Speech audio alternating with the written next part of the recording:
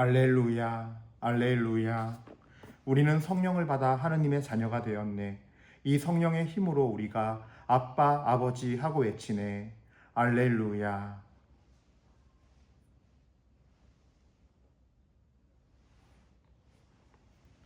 주님께서 여러분과 함께 또한 사제의 영과 함께 루카가 전한 거룩한 복음입니다.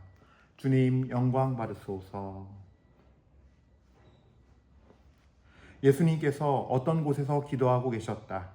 그분께서 기도를 마치시자 제자들 가운데 어떤 사람이 주님, 요한이 자기 제자들에게 가르쳐 준 것처럼 저희에게도 기도하는 것을 가르쳐 주십시오 하고 말하였다. 예수님께서 그들에게 이르셨다. 너희는 기도할 때 이렇게 하여라. 아버지, 아버지의 이름을 거룩히 드러내시며 아버지의 나라가 오게 하소서. 날마다 저희에게 일용할 양식을 주시고 저희에게 잘못한 모든 일을 저희도 용서하오니 저희 죄를 용서하시고 저희를 유혹에 빠지지 않게 하소서. 주님의 말씀입니다. 그리스도님 찬미합니다.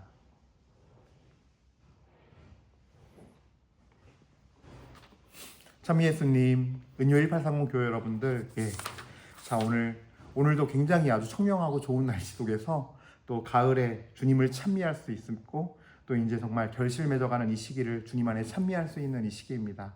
오늘 시작하기에 앞서서 우리 주님께 감사 찬미드리면서 우리 그 마음 갖고 주님께 찬미드리면서 인사 봉헌합시다. 주님께 찬미와 영광 드립니다. 주님, 당신을 박수로 찬양하고 기립니다. 자, 오늘 제가 복음 말씀 이렇게 주님의 기도에 관한 가르침에 관한 이야기 들었는데 그 제1독서 말씀도 좀 잠깐 하면서 제가 좀 나눔 비슷하게 좀 하려고 그래요. 사실 제1독서 갈라티아서 말씀은요, 오늘 그 사도 바오로가 다 자기가 어떻게 주님을 받아들인 다음에 이제 베드로와 야고보를 만난 이야기, 그리고 또 안티오키아에서 베드로를 만났을 때 베드로의 정면으로 어떤 반박한 그런 베드로 사도의 인간적인 모습을 또 이제 얘기를 증언하게 되는데, 자기랑 있을 때는 다른 민족 사람들과 함께 음식을 먹다가 할례 받은 사람들, 그러니까 유대인들이 오니까 그 사람들을 의식하고 두려워한 나머지 다른 민족들과 거리를 두면서 쫙 빠져나가고 가식적인 행동을 한 것에 대해서 사도 바오로가 그걸 보고서 사도 베드로에게 이제 정면으로 반박한 거죠. 당신은 유다인이면서도 유다인으로 살지 않고 이민족처럼 살면서 어떻게 이민족들에게는 유다인처럼 살라고 강요할 수 있단 말입니까? 그러니까 외적으로 할례받은 모습과 그 갖고 있는 전통과 문화가 진짜 유다인이 아니라, 진짜 유다인의 정신과 정체성이 아니라 가식적이지 않고 하나님 앞에서 정말로 위선 없이 사는, 가식과 거짓 없이 위선 없이 사는 모습이 있는 그대로 진실하게 사는 모습이 유다인다운 모습인데, 그렇지 않은 것에 대해서 사도 바오로는 사도 베드로에게 정면으로 반대하여서 그 자리에서 반박한 내용이 있어요. 그러니까 그냥 그 유대인들 그 사람들이 오기 전까지는, 자기 민족 사람들이 오기 전까지는 잘 다른 민족 사람이랑도 다 이렇게 잘 마음을 열고 잘 하다가 갑자기 그들이 오니까 뭐예요? 너 할례 받지 않은 사람들이랑 지금 이렇게 어울리고 있네? 그거 우리 율법이 어긋나는 거잖아. 너 왜 유다인답지 못하게 왜 그런 행동을 해? 라는 그 어떤 유대인들의 그 율법에 따른 전통, 그러니까 그 전통을 지닌 자들이 오니까 그것이 두려워서 본인도 이제 마치 거리를 두고서 그런 행동을 취한 것이 바로 그 모습이 가식적이다. 그러니까 다른 사람들의 평가와 어떤 그런 문제들인 거죠. 다른 사람이 나를 봤을 때 날 보고 뭐라 평가할까? 그런 문제에 대한 어떤 내용인데, 제가 이걸 묵상하면서 그러니까 하나님 오묘하신 것 같아요. 사실은 제가 며칠 전에 그저께 꿈을 꿨는데, 그 꿈에서 제가 막 어떤 그 꿈 자체가 너무 이상한 꿈이긴 했어요. 막 되게 안 좋은 어떤 마사지샵 같은 데인 거예요. 꿈에서 제가 있는데. 그래서 막 거기 이제 막 들어가자고 막 하는데, 제가 이제 그걸 뿌리치고 나왔어요. 나오면서 제가 한 말이 뭐였냐면은, 어떻게 내가 교회 사제가 사제직에 어긋나게 그런 걸 해? 내가 사제인데 하면서 이제 딱 뿌리치고 나오는 꿈이었는데, 제가 깨서 이렇게 제 꿈을 기도 중에 묵상을 해보니까 너무 좀 이상했어요. 왜냐하면은 그게 틀린 건 아니지만 그거는 뭔가 영적인 사람의 신앙적인 기준은 못 돼요. 참된 신앙인의 기준이 아니에요. 참된 신앙인의 기준이라면 그런 곳에 갔을 때 내가 사제여서가 아니라 내가 주님을 믿는 사람으로서 어떻게 그런 곳에 있을 수 있나. 난 이런 주님 앞에서 이런 죄를 짓지 않습니다. 음행의 죄를 짓지 않습니다. 나는 예수님의 빛의 갑옷을 입은 사람입니다가 맞는 거지. 내가 주님의 자녀이기에 죄를 멀리하고 주님을 따릅니다가 맞는 거지. 주님을 사랑하니까. 그러니까 뭔가 내가 사제직에 대해서 뭔가 여전히 어떤 그런 체면과 그런 의식을 갖고 있나? 라는 거를 그저께 이제 아침에 일어나서 꿈에서 막 묵상을 하면서 아, 주님 죄송합니다. 제가 뭔가 아직까지도 어떤 당신을 정말 사랑하는 그 마음 자체보다도 당신의 자녀이고 당신의 그리스도의 신부로서의 삶, 제자로서의 삶보다도 예, 저는 아직 여전히 뭔가 사제에 대한 어떤 권위의식, 체면, 뭔가 제가 붙잡고 있는 제 것이 있군요. 라고 이제 생각을 하는데 이제 어제 또 이제 저를 위해서 중보 기도하시는, 기도해 주시는 분들이 계신데 그분 중에 한 분이 저한테 딱 내용으로 쭉 보내준 게 내용이 그거예요.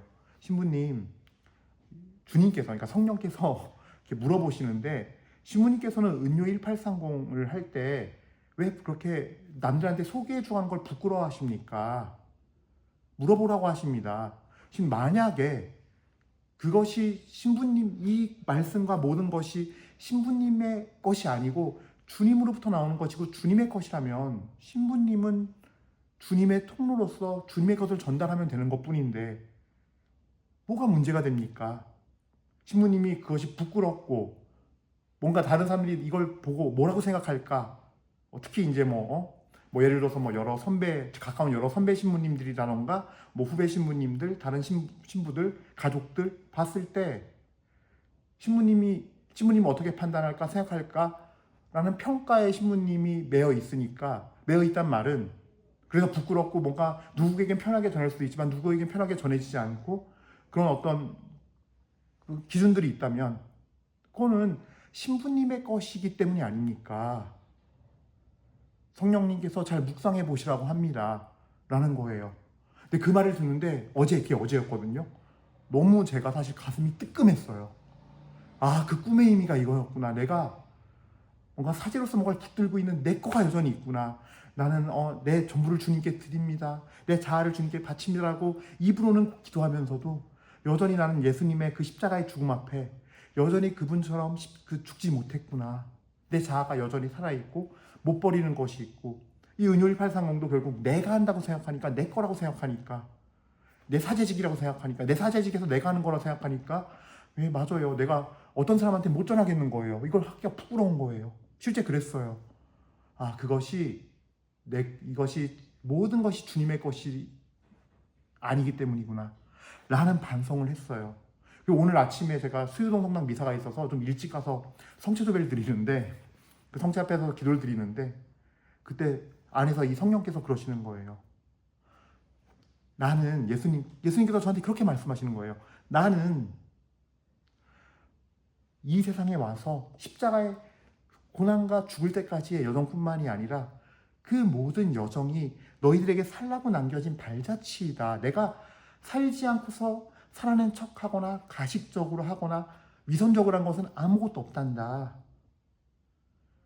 복음서를 봐라. 마르코나 루카복음을 보면은 내가 미쳐서 가족들이랑 잡으러 나온다. 예. 근데 그리고 내가 사람들 가르칠 때 뭐라고 하더냐? 내가 세상에 평화를 주러 온 줄 아냐? 칼을 주러 왔다. 아들이 아버지를 반대하고 시어머니가 며느리를 반대하고 싸울 것이다라고. 그 과정을 난 다 거쳤다. 그렇게 말씀하시는 거예요. 그러면서 저한테 사도행전 1장 14절 딱 알려주면서 너 사도행전 1장을 봐라. 그 오순절 다락방에 성령의 강림을 기다리면서 거기 누가 있었는지 봐라.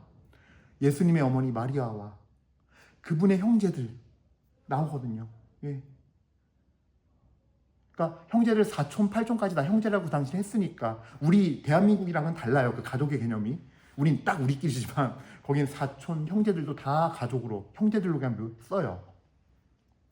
그러니까 예수님의 어머니와 그러니까 그 성모님의 그 사촌들인지 가족들일지 아니면 예수님을 의미하는 건지 지칭이 명확치 않더라도 분명한 건 여러 가지 고려했을 땐 예수님의 가족들까지 다 포함된, 형제들까지, 사촌까지 다 포함된 내용이에요. 예. 그러니까 무슨 얘기냐면은 예수님을 미쳤다고 잡으러 갈 때 예수님이 겪으신 거예요. 그러니까 그 언변이 좋으시기 때문에 사람들이 많으니까 타고난 그 주님께서 주신 타고난 언변으로, 언변이 좋아서 단순히 그냥 언변이 좋으니까 내가 너희에게 평안을 주러 온 줄 아느냐, 칼을 주러 왔다. 시어머니가 뭐 며느리를 반대하고 아들이 아버지를 반대하고 아버지가 아들을 반대하며, 이런 게 그냥 나온 말씀들이 아니라는 거예요. 예수님께서도 가족들의 반대에 부딪혔지만 그거를 쑥스러워하거나 두려워하거나 하는 거 없이 내 가족이니까 끝까지 주님의 말씀 안에서 살아낸 거예요. 발자취로 남기신 거예요. 십자가에서 내 목숨을 내놓을 정도, 십자가에 매달려서 내 목숨을 사람을 위해 내놓을 정도로 내 자아가 죽는 거라면 그냥 그게 하루아침에 된 거냐는 거죠. 예. 우리 인생에 발자취를 남겨주시면서 모든 이름 가운데 가장 뛰어난 이름, 모든 이가 무릎을 꿇고 그를 주님이라 고백하게 했잖아요. 그럼 거기에는 예수님의 형제자매들도 포함된 거예요. 예. 그러니까 뭐예요? 예수님은 거짓과 위선 없이 당당하게 주님께서 주시는 것이면 내 가족에게까지도. 예. 그러니까 예수님은 살면서 깨달으신 거죠. 그 말씀을 저한테 하신 거예요. 난 살면서 살아낸 거다. 예언자가 고향에서 가족들과 친정들에게 존경받지 못한다는 말도 언변이 좋아서 딱 그때 던진 말씀이 아니라, 나자렛 사람들이 그냥 단순히 냉대하니까 그냥 던진 것이 아니라 이미 평생을 살면서 깨달은 바예요. 자기가 그렇게 살아내면서 말씀을 가족들에게 전하는 것부터가 너무 어려웠고, 예수님도 그 과정을 겪으셨겠구나를 전 처음 알았어요. 그냥 워낙 지혜로우시고 언변이 좋으니까 그 상황에 맞춰서 그냥 딱딱 말이 나오는 거겠지라고만 생각했는데 그것이 아닌 거예요. 끊임없는, 주님도 끊임없는 정말 하느님 앞에 순종하는 그 삶, 정말 발자취로 남기신 거예요. 그래서 베드로전서 이렇게 말씀이 쓰여 있죠. 예, 베드로전서 보면요, 2장 20절과 21절에 선을 행하는 대로 겪게 되는 고난을 견뎌내면 그것은 하나님에게서 받는 은총입니다. 바로 이렇게 하라고 여러분은 부르심을 받았습니다. 그리스도께서도 여러분을 위하여 고난을 겪으시면서 당신의 발자취를 따르라고 여러분에게 본보기를 남겨주셨습니다. 그러니까 십자가의 고난을 겪으면서까지, 그리고 그 모든 여정이 다 뭐예요? 네, 우리가 따라야 할 발자취를 남겨주신 거예요. 근데 그 발자취는 진실되이 주님 말씀을 따라가는 거예요. 그래서 오늘 기도하면서 3일간의 여정으로 정리가 되는 거예요. 그리고 여러분들한테 나누고 간증하는 거예요. 그냥 증언하는 거예요. 테스티모니. 예. 제가 부끄러워하지 않겠습니다. 예. 남들이 어떤 평가를 하든 정말로 이것이 주님 안에서 올라가는 것이고, 정말 저를 태워 바쳐야 되는 봉헌의 시간임을, 이 강론이 단순히 말을 하는 것이 아니라 나를 태워 바치는 봉헌의 시간임을 주님 앞에 한 번 더 고백하면서 주님께서 그렇게 하라고 하신 이유를 이제 깨달은 거예요. 여기 카메라가 있으면 비춰줄 텐데 여기 아무것도 없어요. 제가 성경 말씀 인용하려고 제가 갖고 있는 다른 핸드폰에다가 미리 성경 말씀 적어온 거 이거 들고 읽는 거랑 매인사 책밖에 없어요. 앞에는 다른 거 없어요. 원고 없이 하는 거예요, 실제로. 예. 그냥 주님께서 주시는 대로 다 통로가 되어서 다 내어드리는 거예요. 다. 저는 수도꼭지예요. 열고서 콸콸콸 나오는 거예요. 예. 어쨌든 오늘 이렇게 한번 나눔을 하고 시작을 하겠습니다. 예, 오늘 주님의 기도인데요. 이 루카복음의 주님의 기도는요, 참 놀랍죠. 놀라워요. 예. 주님, 요한이 자기 제자들에게 가르쳐준 것처럼 저희에게도 기도하는 것을 가르쳐 주십시오 했어요. 근데 그래서 가르쳐준 게 주님의 기도인데, 여러분, 이 주님의 기도는 정말 엄청나게 놀라운 기도예요. 아주 영적으로도 강력한 힘을 지닐 수밖에 없는 기도예요. 자, 왜 그러냐면요, 이 기도는 나눠서 봐야겠지만 단순히 입으로 바치는, 주문처럼 바치는 기도가 아니라 우리가 영생을 얻기 위한, 영원한 생명을 얻기 위한 영적인 중요한 진리의 법칙과 그것을 살아내야 하는 주범이 담겨 있어요. 아주 중요한 삶을 사는 데 있어서 영원한 생명을 얻기에 가장 중요한 요소들을 갖추고 있고, 그렇게 살도록 이 기도를 통해서 우리가 묵상하게끔 만들고 삶으로 초대하고 살아내게 하는 기도예요. 그러니까 우리가 영원한 생명을 얻기 위한 삶의 규범이자 이 말씀대로 살 때 우리가 영원한 생명을 얻는 진리로 우리를 초대하는, 진리로 이끄는 기도라는 거예요. 예. 잘 보세요. 그러니까 첫 번째, 아버지의 이름을 거룩히 드러내시며 아버지의 나라가 오게 하소서. 예. 우리는요, 살면서 우리 자아가 너무 강해서 내 자아가 죽지 못해서 아버지의 이름이 드러나는 것보다 내 자아가 드러나기를 더 바라고 사실 그렇게 살게 되고 그런 유혹을 되게 많이 받아요. 그렇잖아요. 그리고 아버지의 나라가 오게 하소서. 예. 근데 우리는 대부분의 경우 많은 시간, 많은 어떤 삶의 많은 부분을 뭘로 골몰해요? 내가 어떻게 살아남을까? 내 자아에 신경 써요, 사실은. 예. 아까 제가 방금 전에 나눔했지만, 예, 증언을 했지만, 이 은요 1830 주님의 이름으로 복음 전하는 것조차도 내 평가를 걱정한다니까요. 그러니까 내 이름 걱정하고, 내 평가 걱정하고, 아버지 나라가 오게 하는 게 아니라 내가 내 자리에서 마음 평하기를, 그 평가에 시달리지 않으면서 편하기를 바래요. 예. 다 온전히 드러내놓고 내어놓고 죽지 못해요. 주님의 일을 하는 이 사제직을 갖고 하는 사람조차도 주님께서 주신 사제직으로 그러고 앉았어요. 내 걸로 여기고 앉았고. 이게 우리의 모습이에요. 예. 참 주님 감사합니다. 저의 약함을 통해서 이렇게 이 기도문의 의미를 드러내게 하시니 감사합니다. 예. 그러니까 이게 우리로 하여금 깨우침을 주는 거예요. 그러면 아버지의 이름을 거룩히 드러내게 하는 것이 무엇일까? 그리고 아버지의 나라가 온다는 건 뭘까를 끊임없이 묵상하게 하고 영원한 생명으로 가는 진리의 여정을 열어주는 기도라는 거예요. 예. 이게 한 꼭다리예요. 크게 두 파트는 아니에요. 그러니까 아버지에 대한 청원이 있고 그 다음에 우리에 대한 청원, 일상 삶에서의 지상의 삶에서의 우리에 대한 청원이 존재하는데 아버지의 이름이 거룩히 드러나게 하시며 아버지의 나라가 오게 하소서는 바로 하나님 아버지가 영광 받으시고 아버지 나라가 오게 하는 아버지 나라에 대한 청원이에요. 아버지와 나라, 그 나라에 대한 청원. 예. 근데 이것은 사실 우리 영 안에서 우리가 주님 말씀을 실천하고 살아가는데 이루어지는 것들이고 우리가 어떤 지향을 가지고 내 자신을 살아가는가, 내 자신의 주인을 주님으로 모시고 사는가 안 사는가 문제에서 비롯되는 거예요. 예. 그러니까 내가 아버지의 이름을 드러내기 위해서는 결국은 내 자아가 내려오고 주님을 내 주인으로 모시고 나의 임금으로 모시고 내 영혼의 자리에 왕의 자리에 앉히는 그 삶, 원래 에덴 동산을 회복하는 거예요. 처음에 아담이 선악과를 따먹고 자신이 왕이 되려고 하나님을 제거하는 그 선악과를 따먹는 사건, 내가 왕이 되려는 사건 이전의 모습. 그러니까 하나님의 나라는요, 우리가 뭐 환경을 잘 하고 이런 것도 중요하지만 필요한 일이지만 앞으로 지금 기후 온난화니 이런 문제가 너무 심각하니까 그 이전에 먼저 우리 영혼 안에서 원래 에덴 동산을 회복하는 여정이기도 해요. 사실은. 예. 그럴 때 아버지의 나라가 지상에서 이루어지는 거예요. 예. 내 이름을 빛내려고 그러지 않고 내 뜻을 더 먼저 세우지 않으며 내 탐욕과 내 걱정과 내 욕심을 메꾸려고 그러지 않고 오로지 아버지의 이름이 가장 먼저 거룩히 드러나며 아버지의 뜻과 아버지의 나라가 오는 세상. 예, 원래 아버지의 뜻이 그대로 임한 세상은요, 천지창조 이전에 아담과 하와가 선악과를 먹는 그 원죄를 짓기 이전이에요. 그때의 모습이 아버지의 나라였고 아버지의 뜻이 이루어지는 세상이었어요. 참된 에덴 동산이 바로 하나님의 나라였다는 거죠. 그 다음 이제 부분은요, 저희 일용할 양식을 주시고, 예, 저희에게 날마다 일용할 양식을 주시고 저희에게 잘못한 모든 일을 저희도 용서하오니 저희 죄를 용서하시고 저희를 유혹에 빠지지 않게 하소서. 또 저희를 유혹에 빠지지 않게 하시고 악에서 구하소서. 이런 우리 기도문이죠. 오늘 제가 루카복음 그대로 읽다 보니까 조금 우리가 외우고 있는 주님의 기도와는 좀 다를 거예요. 근데 이것 또한 중요한 어떤 한 부분이에요. 바로 우리들에 대한, 이 지상을 살고 있는 우리들에 대한 청원이에요.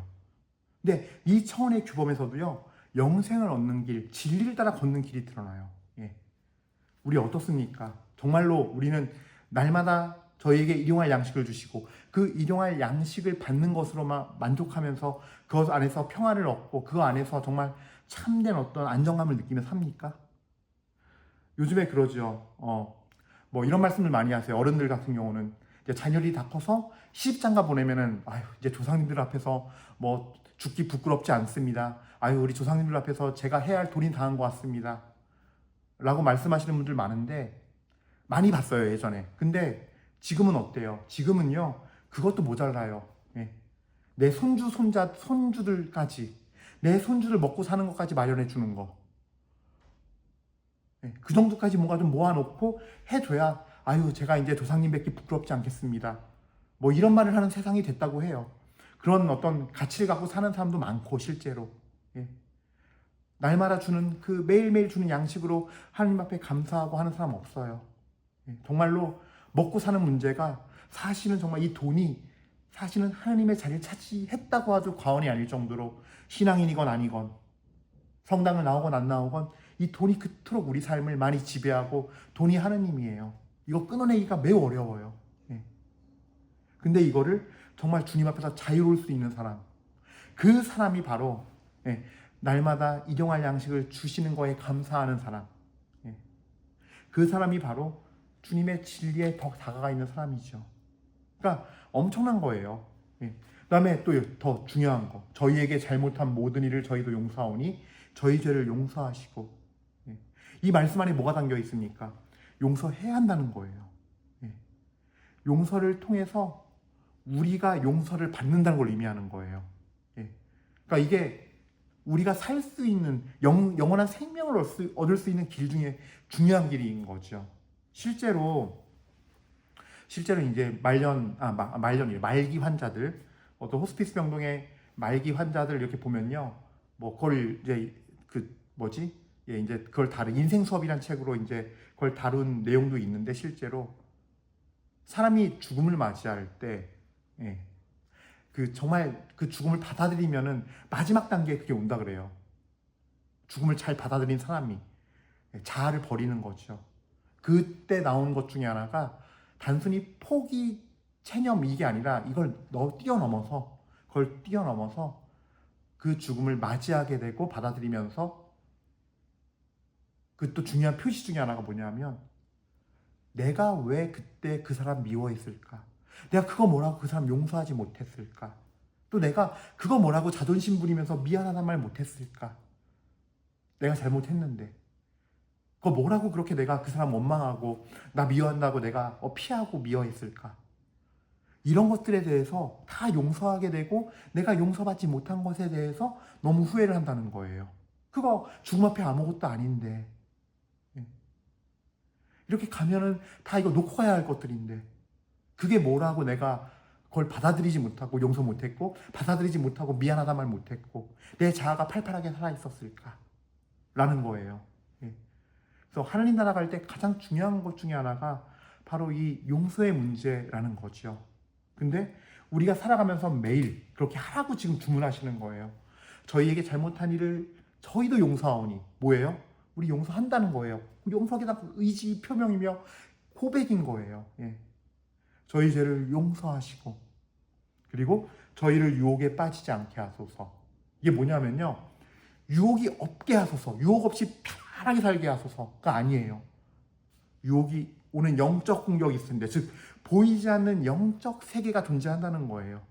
아까 용서의 문제는 사람과 사람 사이 관계의 문제고 그 안에 상처와 어떤 아픔의 문제라면, 이거는 그 뒤로 오는 죄의 문제들이에요. 영적인 공격들.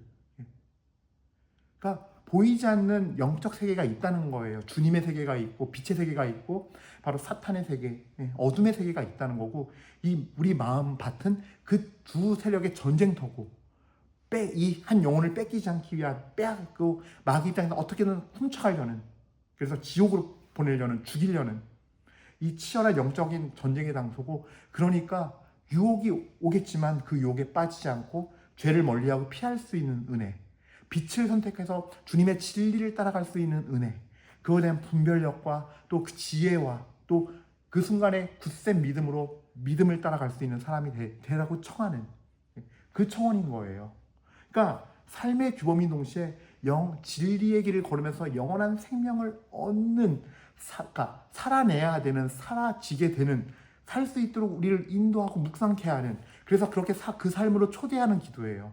어마어마한 기도예요. 그래서 그러니까 단순히 뭘 주세요 하는 어떤 내 마음과 소원만 담아서 입으로 나불나불대는 어떤 수준의 기도가 아니라는 거죠. 이 기도를 바칠 때 우리는 영원한 생명의 의미가 무엇인지, 그 영원한 생명을 얻기 위해서 진리를 따라 살 때 뭘 해야 되는지, 그러니까 명확히 드러나는 것들이죠. 예. 이렇게 정리하고 싶어요. 그래서 전례학 시간에 제가 이제 배운 가르침이 떠오르는데, 렉스 끄레덴디, 렉스 오란디, 렉스 비벤디, 이 세 가지 말이 있어요. 렉스 끄레덴디는 뭐냐면요, 렉스는 법이란 그 라틴어예요. LEX예요. REX면 이제 렉스하면 왕인데, LEX 라틴어로 법이에요. 법, 로, 영어로. 그 렉스 끄레덴디는요, 믿음의 법이에요. 믿는 삶의 법, 믿음의 삶의 법. 그래서 우리가 신앙을 고백하는 것들, 우리가 사도로부터 이은 교회의 그 모든 말씀들과 그 가르침을, 신앙을 고백하는 그 가르침의 신앙의 법이고, 그리고 렉스 오란디는요, 기도의 법이에요. 기도의 삶의 법이에요. 즉 믿는 바를 기도한다. 렉스 끄레덴디를 렉스 오란디 한다 그래요. 우리가 가르침 받고 교회의 가르침과 진리의 가르침들과 말씀을, 그 진리의 말씀들을 배운 대로 믿는 바대로 기도한다. 그래서 렉스 오란디라 그러고, 렉스 끄레덴디라 그러고, 렉스 비벤디. 그리고 믿는 바를 기도하고 기도하는 바를 산다예요. 근데 이 렉스 끄레덴디아, 렉스 오란디아, 렉스 비벤디, 이 세 가지가 다 같이 담겨 있는, 그래서 내가 믿는 바를 기도하고 사는 모든 것이 일치가 되는 기도가 주님의 기도라는 거예요. 예. 굉장히 우리가 미사전례라던가 성사생활을 할 때, 전례를 할 때 있어서 하나님의 백성으로서 우리가 살아갈 때의 규범이라는 거죠. 그것이 다 세 가지가 다 담겨 있는 기도예요, 동시에. 예. 그래서 우리를 영원한 생명으로 초대하는 기도라는 거죠. 예. 삶의 규범과 영적인 법칙, 이 삶의 규범과 영적인 법칙을 이해해서 진리를 따라 걸어가는 삶, 바로 이것이 주님의 기도의 삶이라는 거고, 주님의 기도가 왜 주님의 기도로서 가장 완전한 기도인지를 우리에게 다시금 알려줌을 우리는 잊지 않았으면 좋겠습니다. 예. 여러분들이 말씀과 교회 가르침의 진리들을 믿고 그것을 기도하면서, 그리고 그 기도하는 바를 말씀을 살아냄으로써 가식과 위선이 없이, 남의 평가와 남의 시선이 아니라 오로지 주님만 바라보면서 주님의 시선 안에서 그 주님의 시선을 따라가는 참된 사랑의 삶, 참된 믿음의 삶, 참된 희망의 삶을 우리 모두 살아갈 수 있도록 주님께 은혜를 구하도록 합시다. 아멘. 잠시 묵상하시겠습니다.